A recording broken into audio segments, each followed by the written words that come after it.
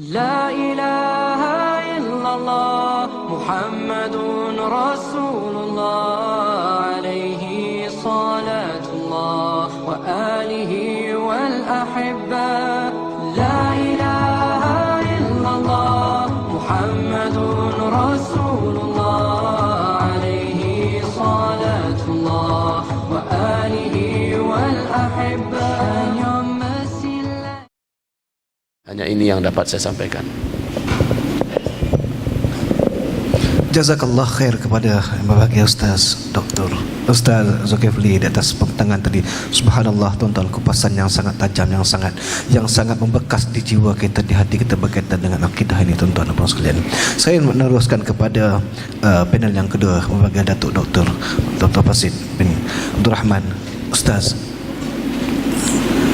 tadi sebentar tadi Ustaz Zul menceritakan kepada kita peranan doa para pendakwah mempunyai peranan yang sangat besar untuk memperkasakan akidah dan adab serta akhlak ummah ini.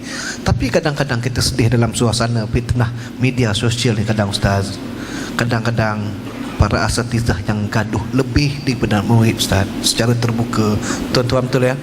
Kadang-kadang para ustaz kita kadang-kadang di sesama mereka itu isunya kadang-kadang mereka berbahas secara ilmiah, tapi kadang-kadang dia mengundang persepsi yang pelbagai Ustaz, sehingga merumitkan suasana dan seakan sudah tidak ada jalan untuk mengendurkan pertemuan begini. Ini yang sedang berlaku dalam media sosial kita Ustaz. Jadi apa nasihat Ustaz? Bismillah, Alhamdulillah, wassalatu wassalamu ala rasulillah wa ba'd. Terima kasih kepada Tuan Moderator. Kita masih lagi berbicara tentang fitnah akhir zaman. Bila sebut fitnah, kita kena ingat ala fil fitnati saqatu. Mana fitnah tu mana ujian. Ujian. Sama ada contohnya kita kata kita nak tahu emas ni berapa dia punya grade, berapa nilai berapa. Bila kita letak di atas api, itu juga dinamakan fitnah, mana ujian. Maka di zaman fitnah itulah Allah SWT kita boleh lihat sama ada kita berjaya melintasinya, mengatasinya ataupun tidak. Jadi fokus yang ditujukan dalam perbincangan untuk pusingan ini iaitulah tentang bagaimana peranan para pendakwah doa di dalam menghadapi suasana ini. Yang pertama sekali, kita sebagai pendakwah yang telah dipilih oleh Allah Azza wa Jalla menerima jawatan ini. Bukan semua orang dapat jawatan ini. Kadang-kadang ada juga orang nak berdakwah tapi mungkin tidak mendapat ilmu yang secukupnya ataupun tidak mendapat tempat yang baik. Maka kita sebagai para pendakwah mestilah kembali kepada konsep asal. Allah Subhanahu wa taala hantar Nabi kita sallallahu alaihi wasallam, wa ma arsalnaka illa rahmatan lil alamin. Nabi itu membawa rahmat kepada alam. Artinya tujuan dihantar Rasulullah SAW untuk membaiki akhlak manusia yang ada di muka bumi.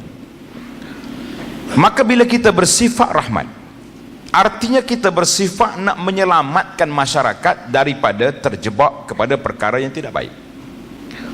Jadi perkara yang pertama sekali diselamat iaitulah menyelamatkan mereka tentang kefahaman kepada Islam. Hari ini orang faham Islam berbagai-bagai fahaman. Yang tadi disebut oleh Ismaizim tadi, macam-macam fahaman yang menyebabkan Islam itu dipandang daripada sudut-sudut juz'iyat yang tertentu. Jadi ada orang dia kira Islam ni baik dengan orang, baiklah. Ada orang pula Islam tu ibadat je, solat je, maka solatlah dia duduk kat masjid siang malam. Alhamdulillah, itu satu kebaikan. Tetapi bila kita nak syumulkan Islam yang memang syumul, syamil wa kamil ini, maka kita perlu bermula daripada asas, daripada kepalanya, tunjangnya, iaitulah tauhid kepada Allah Azza wa Jalla. Kemudian melaksanakan tuntutan ibadat kepada Allah Azza wa Jalla dengan apa yang telah disyariatkan oleh Allah dan yang telah diajar oleh Nabi sallallahu alaihi wasallam. Kita tak boleh berhenti setakat tu, kerana hubungan kita ini hubungan dunia akhirat. Maka perkara yang ketiga yang perlu kita ambil peranan iaitulah dari sudut akhlak. Innama bu'istu liutammima makarimal akhlak. Nabi SAW dibangkit oleh Allah Azza wa Jalla untuk menyempurnakan budi pekerti akhlak yang mulia. Jadi kalau para pendakwah tidak boleh menunjukkan contoh akhlak yang baik. Ada sedikit perbahasan, sedikit perbincangan, maka kita lambung tajuk di dalam media sosial yang ada di tangan kita ini. Kita tulis apa yang kita nak kata, orang lain pun jawab balik apa yang dia ada pada dia. Maka pembaca-pembaca di bawah pula tolong campur tangan dengan ulasan-ulasan yang tidak ilmiahnya, yang tidak berilmunya, yang tidak beradabnya, yang tidak berakhlak. Maka kata di orang Arab, zadutin ballah, tanah telah menjadi selut. Apa yang nak buat lagi? Jadi semakin menambahkan kecelaruan kepada masyarakat. Maka marilah kita para pendakwah, kita duduk di atas landasan yang pertama sekali, ikhlaskan amalan kita kepada Allah Azza wa Jalla. Kemudian yang kedua, iaitulah bagaimana akhlak yang patut kita tunjuk, iaitulah akhlak di dalam perbezaan pandangan. Satu risalah yang saya tulis, nama dia Rahmat dalam Perbezaan. Mungkin tuan-tuan sudah dapat buku tu. Rahmat dalam perbezaan. Kita tak kata khilaf, kita kata rahmat dulu. Sebab perbezaan di kalangan ulama, perbezaan dalam uslub dakwah, perbezaan di dalam pendekatan yang kita ada sebenarnya telah memberi rahmat kepada ruang yang luas untuk kita mad'u yang ada di hadapan kita. Tapi kalau kita persempitkan jalan kita, ini saja sebagaimana kata Fir'aun, Allah Ta'ala gambar dalam Quran, ma urikum illa ma ara wa ma ahdikum illa sabilar rasyad. Apa yang aku kata itu ya yang betul, yang aku tunjuk ni yang betul, yang lain tak boleh dibincang. Maka dunia semakin huru-hara. Siapa yang menghuru-harakan? Kita para pendakwah menghuru-harakan masyarakat dengan cara yang tersebut. Kemudian yang ketiga, peranan yang penting bagi kita, iaitulah peranan menyampaikan maklumat dengan cara yang baik. Hari ini saya tengok di antara satu fenomena kegemaran, minat masyarakat hari ini bila kita bincang tentang kiamat. Suka sangat. Ana ni untuk di Malaysia sajalah sudah beberapa kali seminar kiamat, seminar Dajjal, seminar Nabi Isa, beberapa kali dah saya hadir. Tapi kalau dia jumpa Bapak Zul Pani, dia tak panggil dah kita. Dia tak panggil dah kita dia. Sebab dia hafal belakang. Jadi saya kata kalau malam ni tak ada Pak Kemat, saya pun tak nak jawab dah, bagi dia saya dah. Jadi minat masyarakat, maka itu dia panggil. Karena itulah di antara cara kita menangani masalah. Masyarakat ni suka tengok, dia panggil tatallu'at lil mustaqbal. Suka mengintai-ngintai benda masa depan. Suka sangat. Jadi kita kena hati-hati. Ketika menafsirkan, menceritakan tentang alamat kiamat, biarlah kita ambil alamat-alamat yang betul. Jangan pergi ambil alamat kiamat yang tak betul, kemudian kita sapu habis, kita apa ni, syarah habis, sedap cerita. Tapi benda tu tak sabit, maka itu juga berat.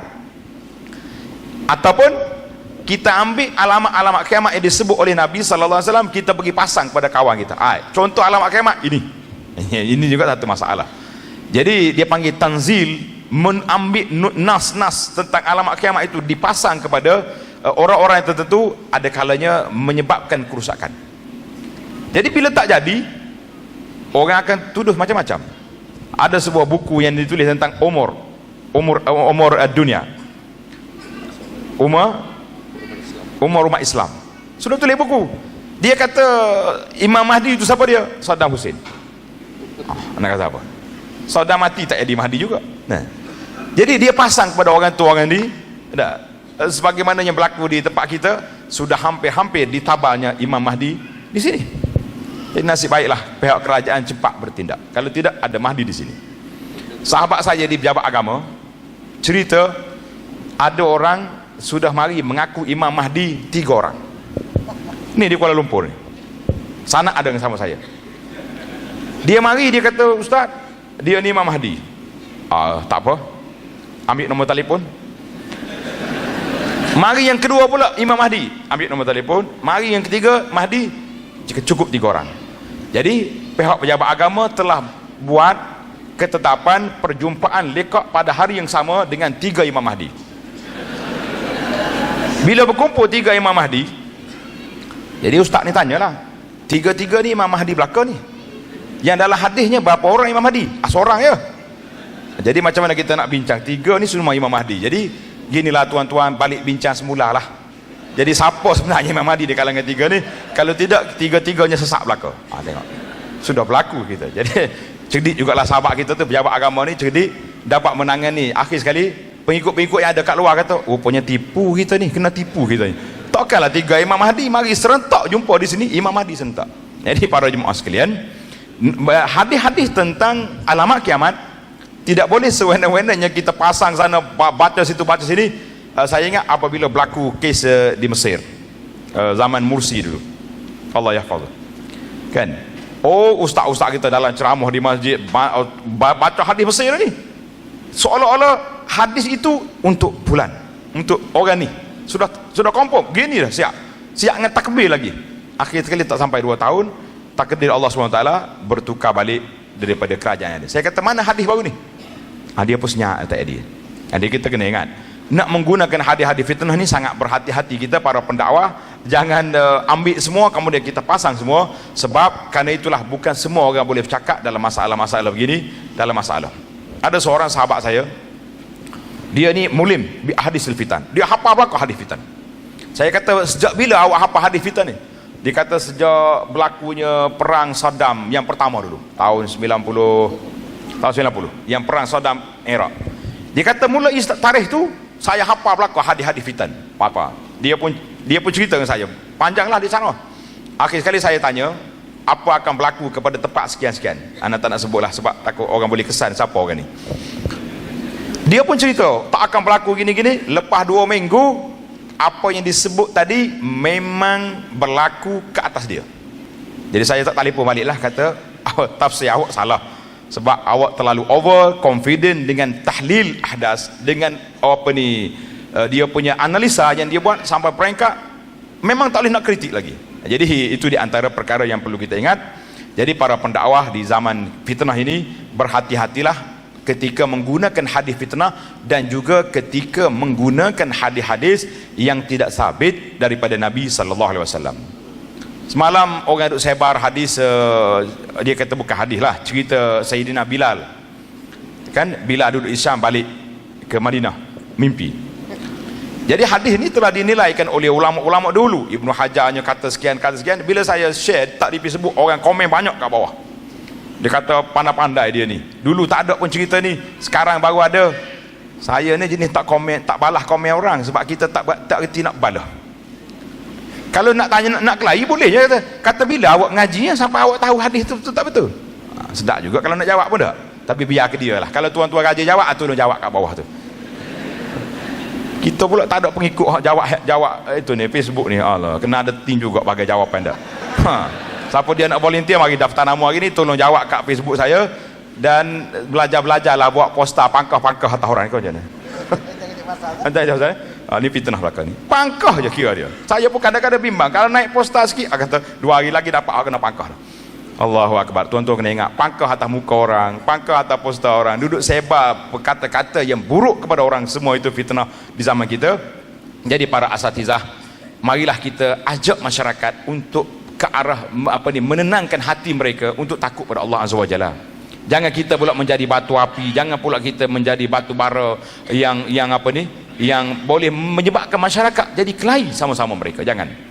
Jadi yang terbaru ni iaitulah biar gambar berbicara. Ini pun satu kata-kata fitnah yang sangat merusakkan kepada kita. Jadi peranan pendakwah, berhati-hati dengan penyebaran maklumat, terutama sekali maklumat yang melibatkan hadis-hadis Nabi SAW, kerana dusta ke atas Nabi tak sama dengan dusta kepada orang lain.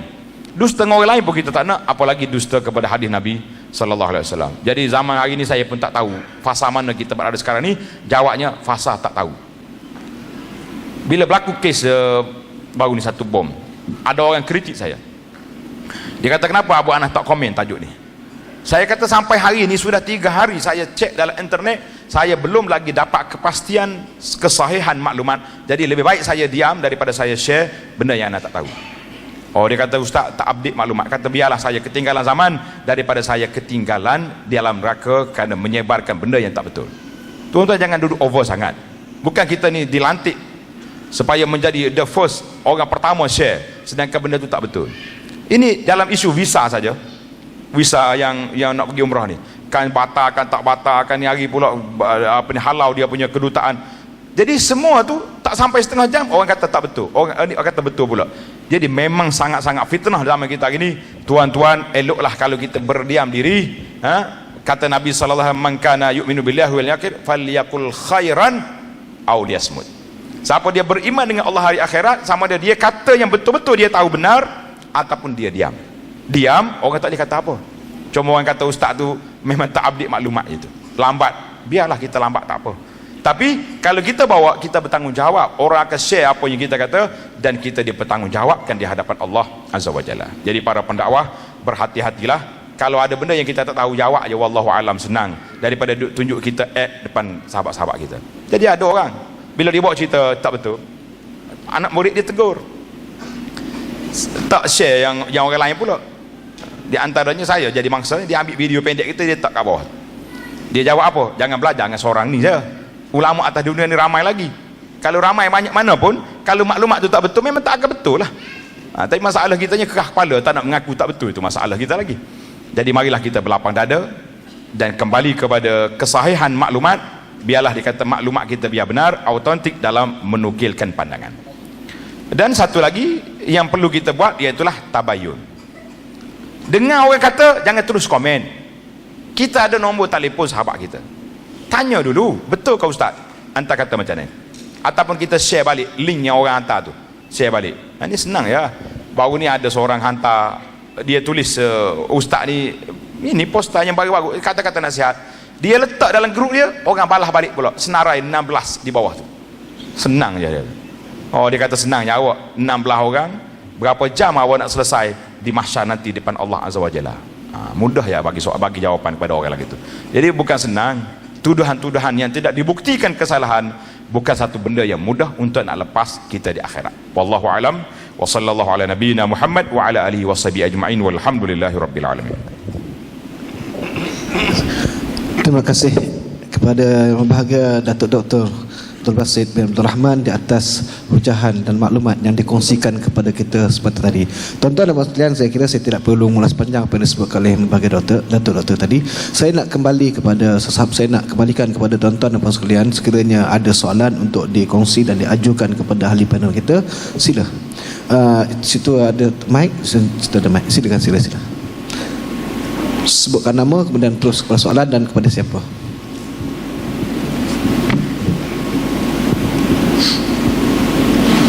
Assalamualaikum. Tarmuzi bin Nik, Seri Kembangan, Selangor. Sebelum pergi kepada soalan, saya nak membaca sedikit nak menyampaikan mukadimah pendek lah. Okay, suasana dalam shopping mall di KL sekarang ni macam kat London. Tadi saya berpeluang menjengah Suria KLCC. Kejutan tahunan bila nak sampai hujung tahun, berulang lagi.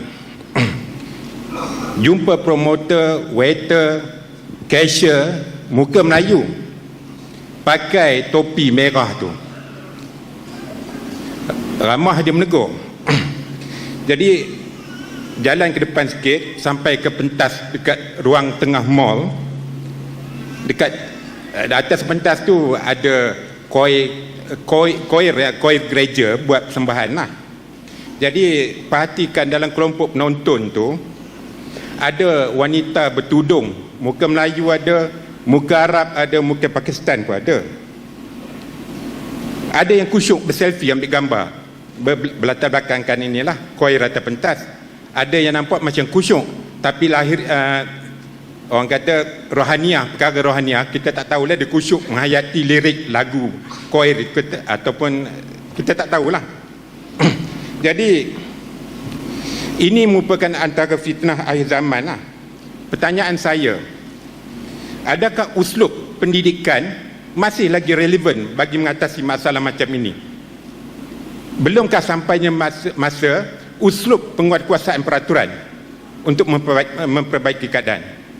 Saya mohon Al-Fadil Datuk Doktor untuk inilah memberikan pandangan dan mengulas isu ini.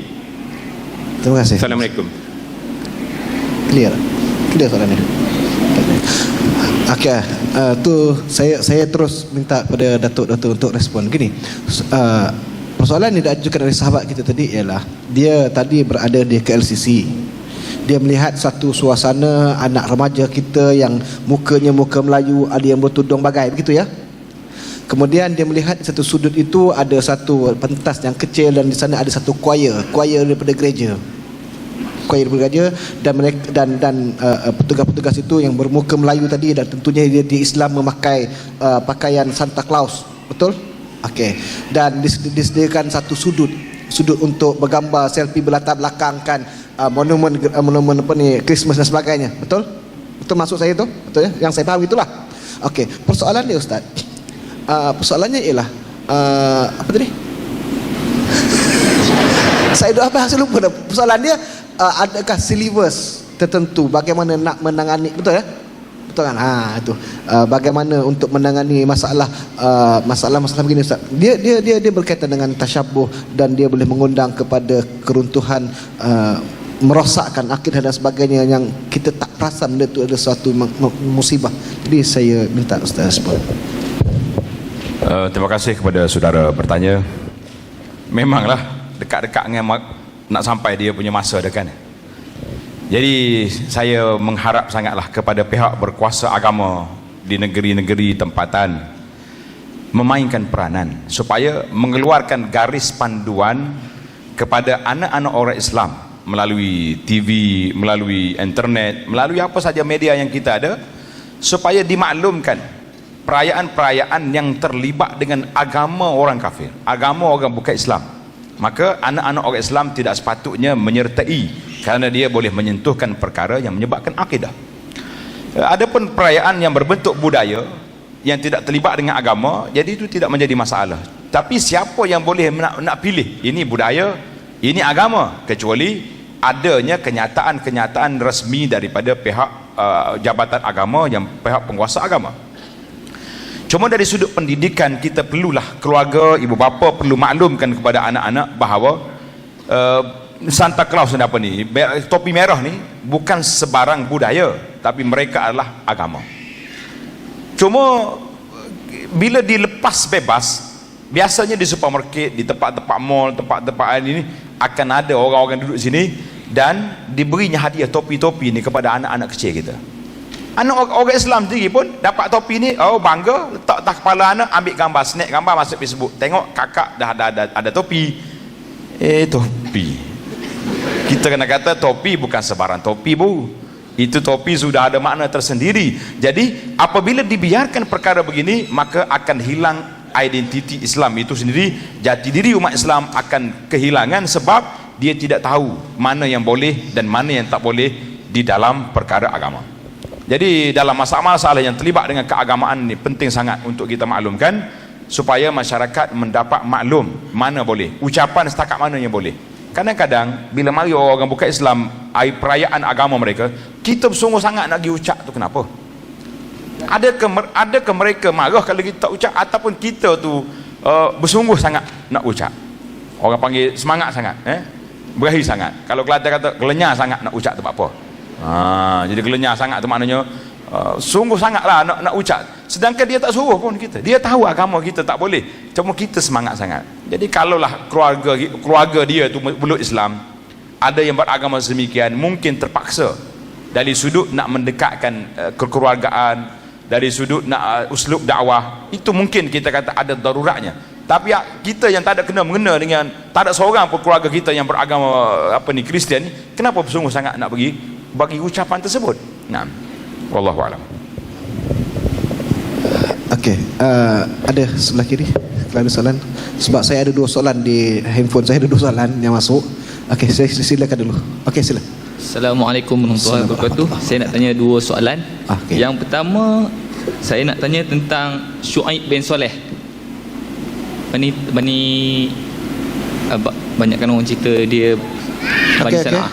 Syuaib bin Soleh, orang kanan yang selalu orang bercerita tentang Syuaib bin Soleh. Yang kedua, saya nak tanya sebelum tanda-tanda sebelum Imam Mahdi dibai'ah. Contoh kalau kita kata tadi ada dukhon, sebelum dukhon ada tanda-tanda dukhon. Jadi sebelum tanda Imam Mahdi tu dibai'ah, adakah ada tanda-tanda sebelum dia dibai'ah tu? Itu 2 soalan. Terima kasih. Okey. Sila. Assalamualaikum. Saya Ashraf. Soalan saya simple je. Ashraf. Ya. Okey. Kita tahu kita sekarang dalam fitnah yang begitu besar dan kita sekarang terdedah dalam fitnah ini. Soalan saya, adakah patut kita terus duduk di dalam situasi ini ataupun patut kita keluar dan pergi sebagaimana Ashabul Kahfi pergi ke ya.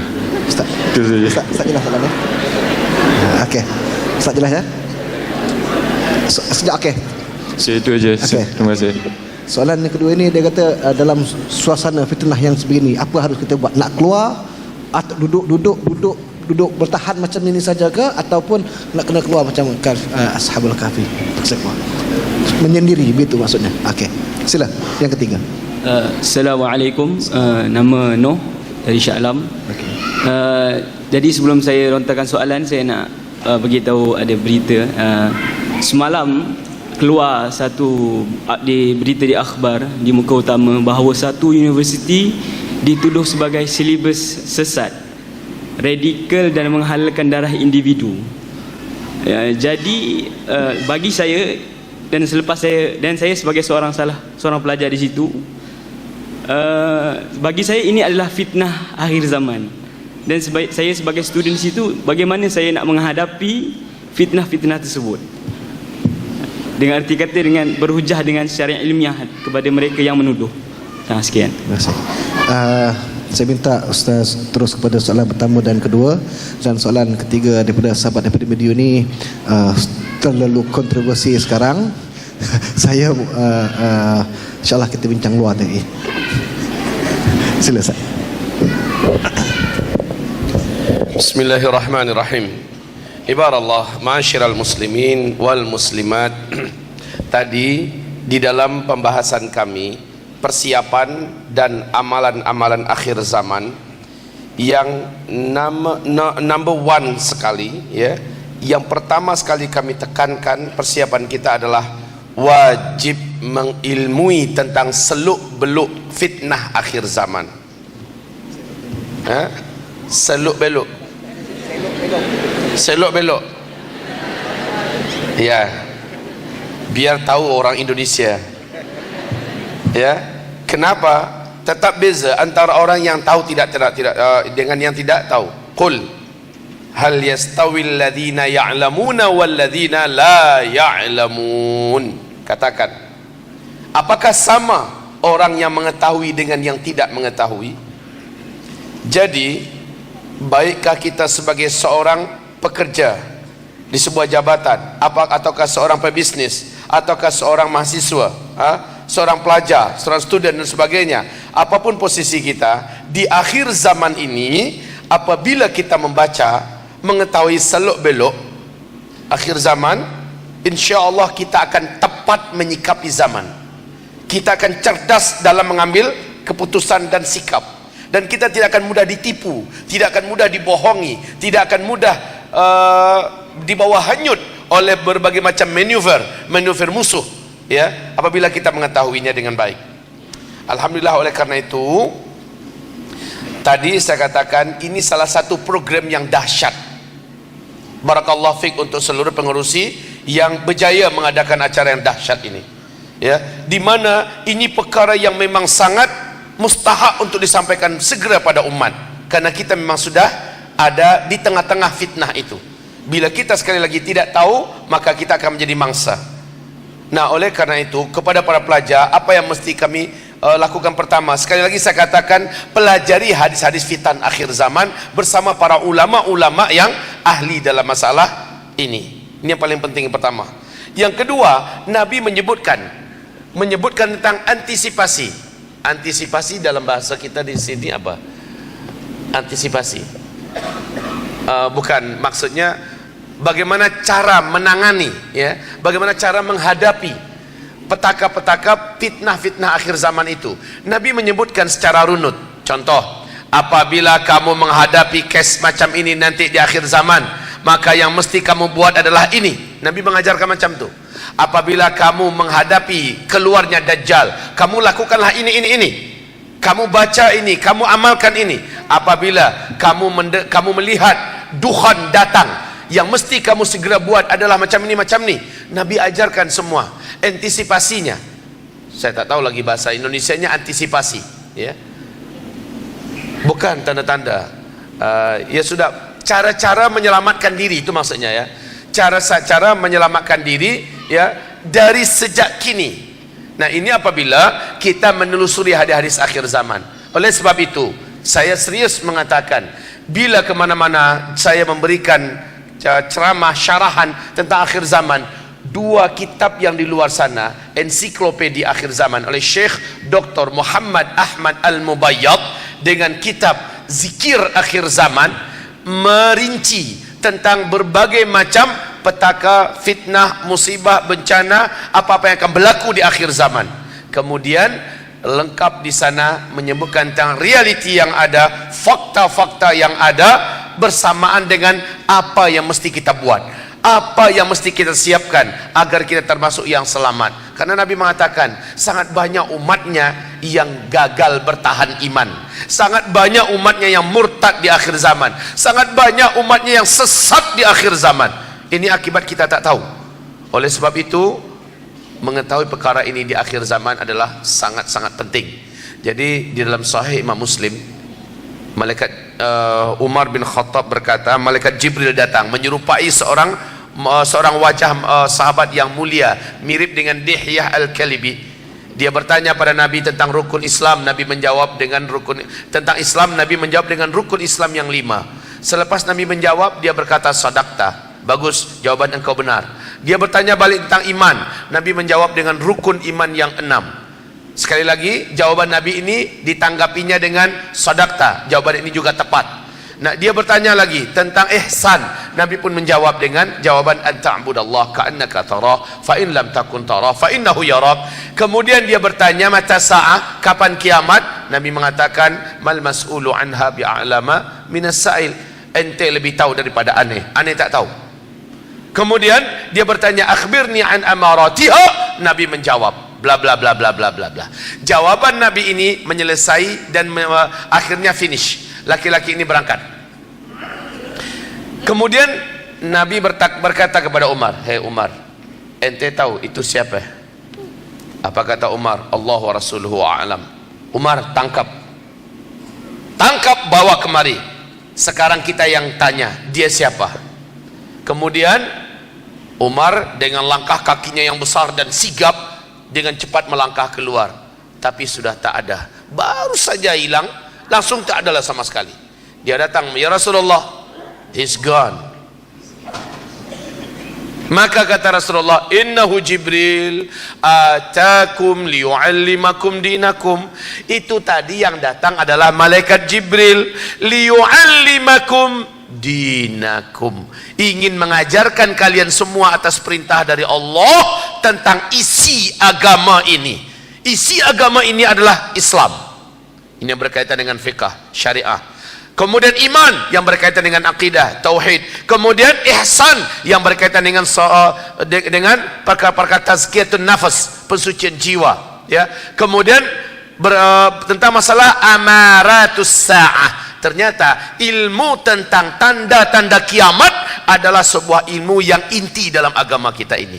Islam, iman, kemudian tazkiyatun nafas, ya, lalu ilmu tentang tanda-tanda kiamat. Maka menyampaikan perkara ini, persis kata Nabi, menjelang dekatnya kiamat, semakin sedikit da'i dan ulama dari umatku yang menyampaikan tentang tanda-tanda kiamat kepada umat Nabi Muhammad SAW.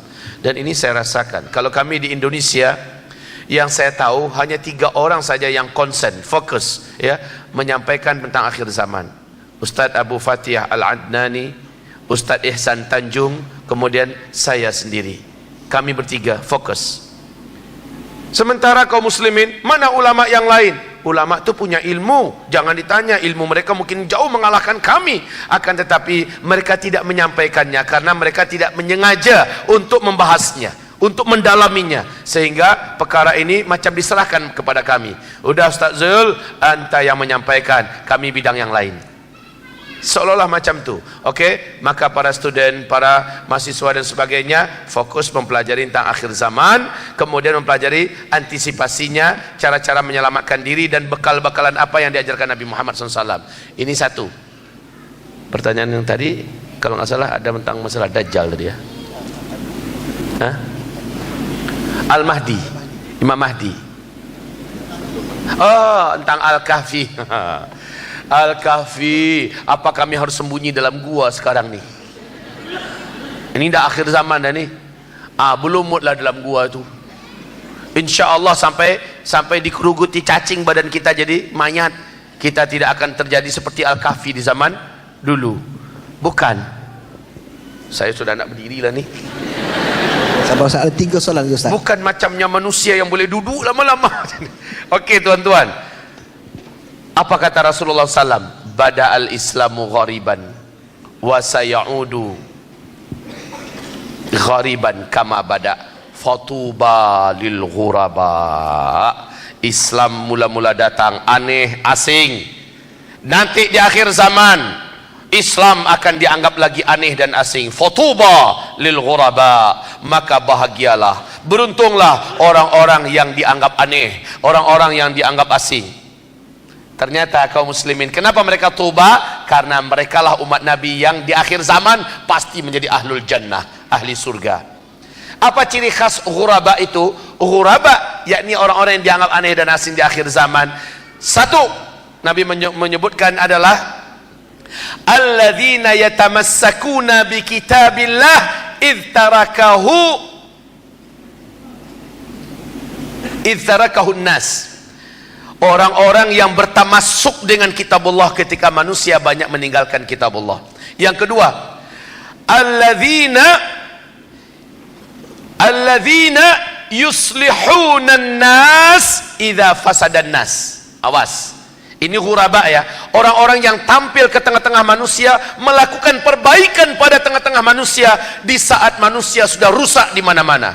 Jadi ghuraba di akhir zaman itu bukan sembunyi dalam gua, bukan masuk ke dalam hutan, sembunyi dalam hutan demi menyelamatkan iman, aku di tengah hutan saja. Tidak, yang terbaik itu adalah tampil ke tengah manusia, lakukan islah pada manusia, dakwahi manusia, berbuat bersama-sama agar manusia yang sesat kembali terbawa kepada agama Allah ini, agar manusia yang hanyut kembali diselamatkan. Jangan sembunyi, salah, ini akhir zaman, harus eksis, harus tampil menjadi pejuang. Sudah saya katakan tadi, sebaik-baik amalan di akhir zaman adalah berjuang untuk agama Allah. Betul tidak? Saya sampaikan begitu tadi. Memang amalan individu, okey. Solat 5 waktu berjemaah di masjid, Masya Allah. Solat tahajud, Allahu Akbar. Sedekah, mantap, okey. Qiraatul Qurannya mumtaz, Masya Allah. Tetapi yang tertinggi dari itu semua di akhir zaman ini adalah bangkit berjuang bersama dengan para pejuang yang lain, menyelamatkan manusia, berdakwah dan mengajak manusia kembali kepada agama Allah yang lurus. Ini yang terbaik amalan di akhir zaman. Maka jangan sembunyi kayak pemuda Kahfi, karena mereka tak mampu buat apa-apa lagi. Kita hari ini masih boleh buat apa-apa. Betul tidak? Okey, media yang sekarang ini meracuni, kita jadikan sebagai senjata kita untuk berdakwah. Boleh ya, menggunakan penbimbit dakwah siang malam. Okey, gunakan bakat kita di depan penbimbit itu, dakwahi banyak manusia. Masya Allah, sebarkan hadis-hadis sahih, beritakan kepada mereka mana-mana firqah-firqah sesat di akhir zaman, tentang bahaya-bahaya, tentang fitnah masih dajjal, bla bla bla bla. Banyak yang boleh kita buat saat kita masih boleh eksis. Ketika teknologi masih ada, jangan buang-buang masa. Mungkin macam tu. Jadi tak ada sembunyi ya. Terus tentang okey. Terus soalannya ialah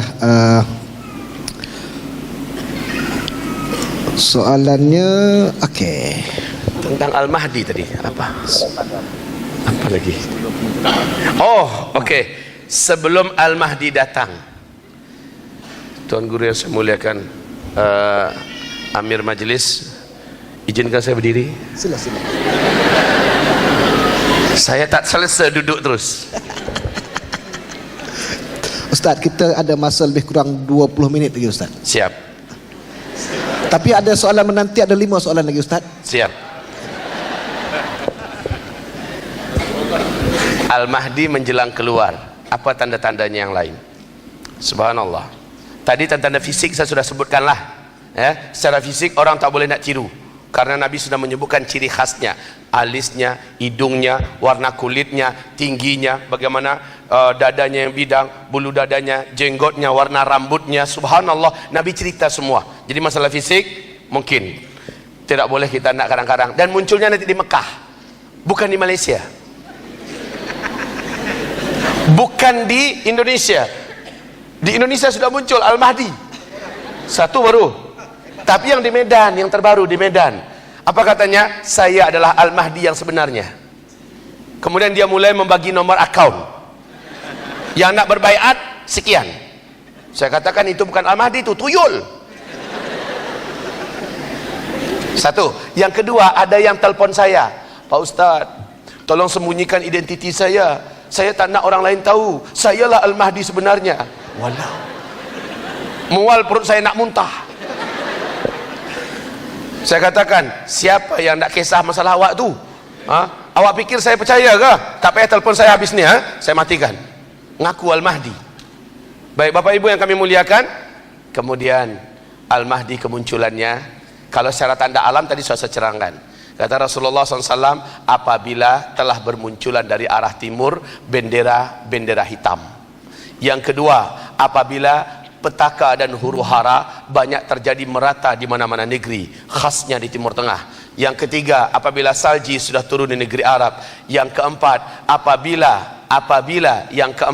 apabila telah wafat seorang raja penguasa Mekah Madinah dan 3 orang pengganti di belakangnya ribut begaduh, ya, ini adalah putra khalifah. Tidak seorang pun dari mereka bertiga yang akan memimpin Mekah Madinah, karena Mekah Madinah akan dipimpin oleh anak keturunan kandungku Al-Mahdi, kata Rasulullah. Yang keempat, bila kalian sudah menyaksikan fitnah membara di negeri Syam. Syam adalah Syria, Palestina, Yordania dan Lebanon. Maka fitnah itu adalah pengantar, di mana di sanalah sosok lelaki keturunan Rasulullah akan mulai dikejar dan dia lari menuju Madinah. Ketika dia masuk ke Madinah, yang mengejar pasukan Sufyani sebanyak 300 orang dari Damaskus memburunya. Dia lari menuju Mekah berjalan kaki, yang memburu juga jalan kaki. Ini ciri-ciri khas, ya, menjelang Al-Mahdi keluar. Lalu yang mengejar sesampainya di kota Al-Baida, mereka akan digempakan oleh Allah kota Al-Baida itu, lalu terbelahlah kota tersebut, masuklah ke dalam bumi seluruh bangunan-bangunan yang ada, penduduknya yang ada, termasuk 300 orang yang mengejar, 299-nya masuk ke dalam, tenggelam ke dalam perut bumi. 1 orang yang selamat, dialah yang menjelaskan kepada manusia, kami tenggelam. Penduduk Mekah sebaik mendengar ada laki-laki yang dikejar, dan yang mengejarnya tenggelam di Al-Baida, maka segera penduduk Mekah yang sudah lama-lama menanti kedatangan Al-Mahdi, karena sudah saatnya, lalu mereka menyebar mencari di manakah Al-Mahdi yang sudah masuk Mekah. Ditemukan Al-Mahdi sedang tawaf, maka dia pun ditangkap oleh umat Islam, dipaksa untuk menerima baiat, dan beliau menolak, tidak mau, dan mengatakan, saya bukan Al-Mahdi, sekalian salah orang, saya tidak mau. Ya, perdebatan alot, ya, perdebatan sengit terjadi bahwa engkaulah Al-Mahdi, ciri-cirimu yang disebutkan Rasulullah ada padamu seluruhnya. Dia tetap menolak sampai larut malam. Kemudian mereka pun memberi izin kepada laki-laki yang menolak bahwa dirinya Al-Mahdi, dan dia mengaku bahwa dia yang dikejar itu. Kemudian di malam hari itu, fayuslihuhullahu fi lailah, Allah pun mengislahnya dalam satu malam. Allah jadikan dia siap, Allah jadikan dia kuat, Allah jadikan dia lebih siap, lebih cerdas untuk memimpin umat Islam dan menenangkan dunia yang penuh dengan peperangan dan kekacauan sebagai Al-Mahdi. Besoknya dia pun dibaiat antara Rukun Hajar Aswad dengan Maqam Ibrahim, dibaiat oleh 300 orang lelaki pada saat itu, kata Rasulullah. Yang membaiat adalah orang-orang biasa saja, tetapi orang yang punya iman yang dahsyat, sekualitas imannya orang-orang yang dalam perang Badar. La haula wala quwata illa billah. Kemudian laki-laki ini segera menaklukkan Hijaz, kemudian Jazirah Arab disatukan oleh beliau. Kemudian kaum muslimin, kamu, kata Rasulullah SAW, akan berperang bersamanya, kamu akan berbaiat dengannya, dan saat itu kamu sudah berperang bersamanya dengan menggunakan pedang, tombak dan panah. Kamu akan menunggangi kuda-kuda perang bersamanya, dan kamu akan berjalan di atas kaki kamu. Saat itu kondisi kamu sudah kembali seperti zaman sekarang. Itulah dia kondisi, sudah tidak ada lagi teknologi. Baik kaum muslimin yang kami muliakan, ini ciri-ciri dan tanda-tanda kemunculan Al-Mahdi. Jadi kemunculan Al-Mahdi tidak dari Indonesia, tidak dari Malaysia, tidak dari Asia Tenggara, tetapi dia ada di Madinah Al-Munawwarah saat dia diburu. Tahu kaum muslimin yang kami muliakan, tentang laki-laki ini maka kita cukup mendengarkan informasinya, tetapi yang pasti insya-Allah kemunculannya nanti adalah setelah bumi mengalami hantaman meteor. Setelah bumi mengalami hantaman meteor, setelah duhan, setelah teknologi tidak ada, beliau akan muncul. Mungkin saya salah, mungkin sebelum meteor jatuh dia sudah muncul duluan, wallahu a'lam. Yang penting ibarat Allah, saat dia dikejar, yang mengejar berjalan kaki dan dia pun berjalan kaki. Ini menandakan apa? Sudah tidak ada lagi helikopter, sudah tidak ada lagi pesawat, sudah tidak ada lagi kereta yang boleh memburu dengan kecepatan lebih. Berarti menandakan dia muncul setelah meteor, dan meteor menghentikan semua teknologi yang ada di muka bumi. Ini lebih menguatkan saya, wallahu a'lam. Ini jawaban saya tentang kemunculan Al-Mahdi. Nah kita, tugas kita apa yang kita buat saat Al-Mahdi kita dengar dia keluar? Padahal sepertiga dari umat Nabi nanti menolak kemunculan Al-Mahdi. Sepertiga itulah munafikun yang menolak kemunculan Al-Mahdi. Sementara umat Nabi yang lain ditugaskan oleh Rasulullah yang fisiknya kuat, yang masih mampu untuk berjuang dan melakukan perjalanan jauh, bergabunglah dengan kafilah-kafilah jihad, bergabunglah bersamanya di Makkah Al-Muna'ah, di Makkah, di Masjidil Haram, dan berjuanglah bersamanya menaklukkan seluruh negeri-negeri Arab dan kemudian Timur untuk menjayakan Islam, tegaknya kembali khilafah Islamiyah. Ustaz, demikian. Soalan tambahan. Ya. Apabila Imam Mahdi dibai'ah, apakah wajib semua umat Islam di seluruh pelosok dunia termasuk di Malaysia, Indonesia datang ke Mekah untuk memberi bai'ah kepada Imam Mahdi? Berbai'ah wajib, tetapi wajib tidakkah kita yang datang? Tidak. Nanti silakan berangkat ke sana yang sanggup, yang mampu. Toh Nabi mengatakan dalam Sahih Bukhari Muslim, nanti kamu ada dua kelompok umatku di akhir zaman yang akan masuk surga tanpa hisab. Satu kelompok mereka adalah yang berperang di belakang Nabi Isa, berarti itu di Syam. Dan Isa saat itu sudah bersama Al-Mahdi, ya kan? Berarti satu kelompok manusia bersama mereka di Syam. Satu kelompok yang lain ada di timur, kata Rasulullah. Mereka akan berperang melawan Hind. Nah, yang timur ini kaum muslimin, jika dikatakan Afghanistan tidak masuk, jika dikatakan Pakistan tidak masuk, pasti mereka lebih tertarik berperang di Syam. Bukankah rayuan Rasulullah tentang Syam di akhir zaman sangat dahsyat? Tentu daya tariknya sangat hebat. Tetapi subhanallah, kita yang jauh, yang teknologi sudah tidak ada untuk sampai ke negeri Syam, untuk sampai ke Arab, diberi oleh Allah fasilitas di akhir zaman, yaitu bisa berperang melawan musuh-musuh Allah di akhir zaman, dari kalangan Hunud, dari kalangan Hind, dengan seluruh sekutu-sekutunya. Peluang itu kayaknya ada di Indonesia, ada di Malaysia. Siapa orang-orangnya? Allah takdirkan ada, dan orang itu sekarang mulai menggurita menguasai Indonesia, menguasai Malaysia, menguasai Filipina, menguasai Thailand, yang muslimnya dalam keadaan luar biasa dibukakan oleh Allah pintu jihadnya. Tapi kita tidak boleh memulai, biarkan mereka yang memulai. Saat mereka memulai, maka ulama-ulama kita akan mengomandokan perang jihad. Saat itu insya Allah tentara-tentara kita yang muslim akan bergabung dengan umat Islam, insya Allah ta'ala. Seperti katakan oleh Panglima Tentara Nasional Indonesia, Bapak Gatot Nurmantio, apa beliau katakan? Bahwa Indonesia sudah di ujung tanduk. Indonesia sudah di ujung tanduk. Indonesia akan dirampok, akan dirampas oleh komunis, ya, oleh komunis Cina yang sudah didatangkan ke Indonesia jutaan jumlahnya, dan mereka para kombatan. Mereka para kombatan terlatih dan dilatih untuk perang, perang kota, perang hutan, perang darat, perang udara, perang laut, sudah dimasukkan ke Indonesia. Dan umat Islam jika tidak tampil bersama menyelamatkan Indonesia, maka TNI pasti akan dihabisi. TNI ini adalah Tentara Nasional Indonesia. Ulama akan diculik, dihabisi. Umat Islam akan dibantai. Maka umat Islam diharapkan ke depan menjadi pelindung negara kesatuan Republik Indonesia dari kejahatan-kejahatan asing yang akan merampas Indonesia tahun 2018. Wallahu a'lam. Apabila umat Islam di Indonesia bergerak serentak dan para ulama tetap diizinkan Allah eksis dan ada, maka umat Islam akan mampu menyelamatkan Indonesia. Untuk kami yang di Indonesia, untuk di sini, pasti umat Islam di sini akan Allah sadarkan, akan Allah kuatkan, akan Allah satukan, akan Allah siapkan dengan izin Allah. Apalagi kita sekarang mendengarkan kajian macam ini. Saya tak tahu kajian macam ini membuat Bapak Ibu menjadi gentarkah atau menjadi bersemangat, saya tak paham. Ya, yang penting saya sampaikan, macam inilah akhir zaman. Di akhir zaman ini kita dituntut untuk melakukan percepatan demi percepatan, baik itu ruhiyah, ilmiah, imaniyah, amaliyah, fisik dan jasadiah. Ini kita dituntut melakukan percepatan. Berbahagialah yang mendengarkan dan beruntunglah yang segera mempersiapkan diri. Serta saya sudah menyampaikan, bila ini dibuang, diabaikan, khalas, kewajiban saya cuma hanya sekedar menyampaikan. Selanjutnya terpulang kepada masing-masing kita. Bersiap-siaplah wahai generasi akhir zaman.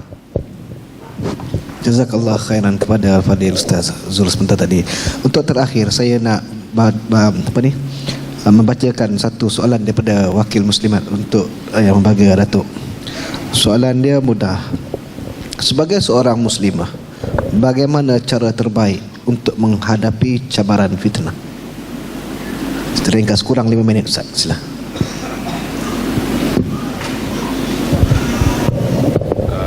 Terima kasih kepada saudari yang bertanya. Muslimin, muslimat sama je. Bila mari fitnah, kita tak tahu di mana nak pergi.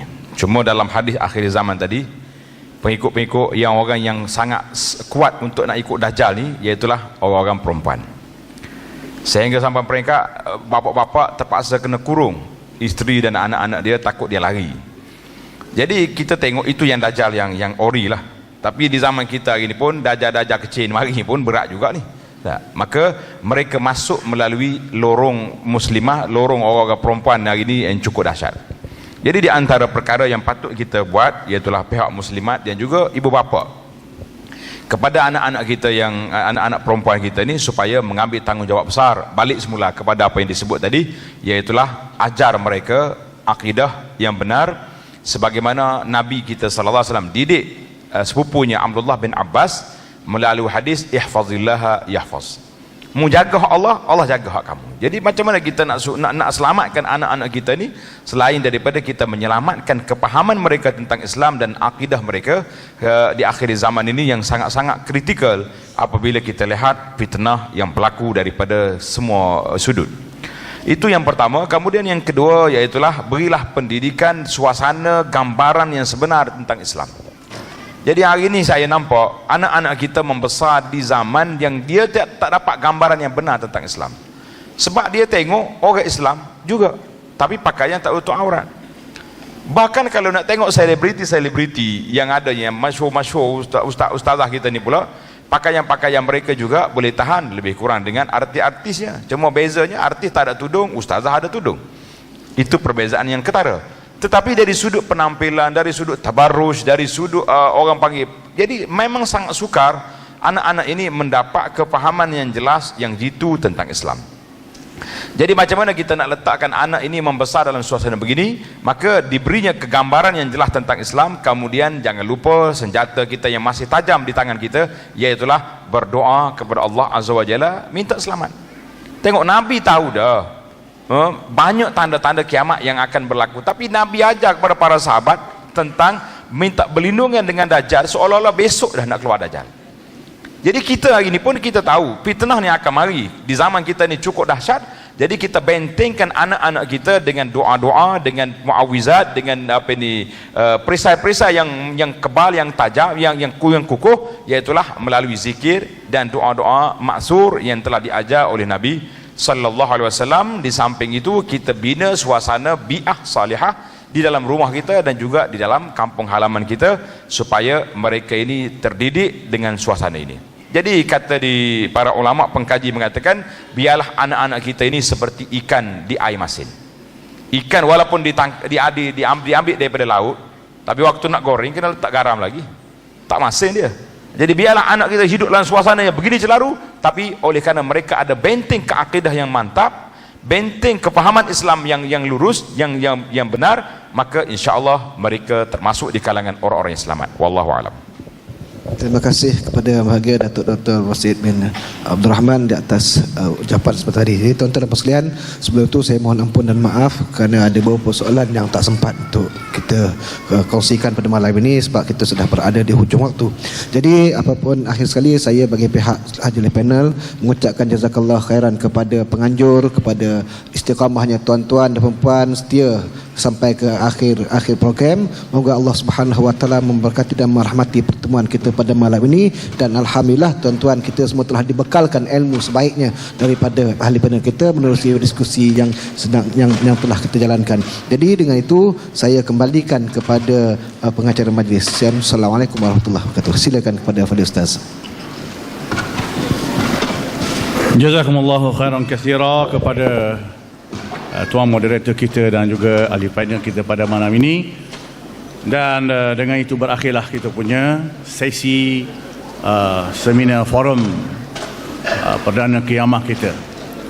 Jadi sebelum itu pihak majlis sukacita menjemput Datuk Zulkifli Jaafar selaku pengurusi kepada Yayasan Kebajikan Antibian untuk tampilkan pentas, menyampaikan cenderamata kepada ahli panel. Dipersilakan.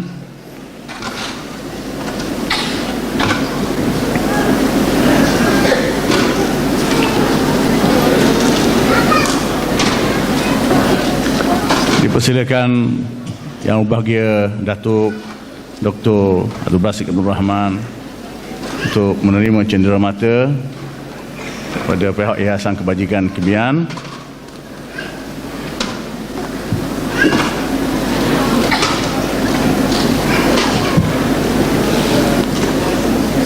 Khususnya Ibu Bahagia Ustaz Zulkifli Muhammad Ali kita untuk menerima cenderamata.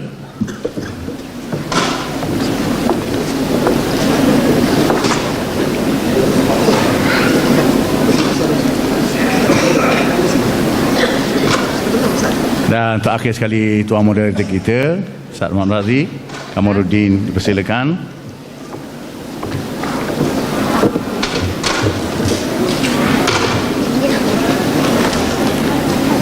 Jazakumullah khair. Terima kasih banyak kepada yang berbahagia Datuk, muslimin dan muslimat, hadirin dan hadirat rahimakumullah. Jadi demikian selama sehari kita berada di dewan ini untuk mengumpul seberapa banyak maklumat tentang hari kiamat. Dan insya-Allah dengan kekuatan, kita mohon kekuatan pada Allah Taala untuk mengadakan sesi kiamat untuk selanjutnya pada tahun yang akan datang, insya-Allah, juga di bawah kelolaan penganjur Yayasan Kebajikan Atibian dengan kerjasama DKS dan mungkin beberapa badan NGO yang lain. Namun pihak penganjur dengan ini mengalu-alukan kepada semua hadirin dan hadirat supaya ambillah peluang untuk bekerjasama dalam usaha dakwah seperti ini, memberi sokongan kepada Yayasan Kebajikan Tibian dalam apa jua bentuk, terutama bentuk pitih, bentuk duit lah. Akhir zaman ni pitih lah tak? Batu Nabi SAW menyebut dalam hadis riwayat Imam Tirmizi, wa likulli ummatin fitnatun wa fitnatu ummati al-mal. Setiap umat itu akan diuji dengan berbagai-bagai ujian, dan ujian bagi umatku akhir zaman ini ialah al-mal, iaitulah duit. Jadi insya-Allah saya yakin hadirin dan hadirat rahimakumullah, mungkin untuk masa-masa akan datang akan dapat memberi sokongan dan support kepada Yayasan Kebajikan Tibian dari sudut material. Dan khabarnya kita di luar sana pun ada box untuk sumbangan daripada pihak tuan-tuan dan puan-puan, hadirin dan hadirat sekalian. Maka rebutlah peluang yang ada. InsyaAllah mudah-mudahan apa yang kita sumbangkan itu mendapat perhatian yang sebaiknya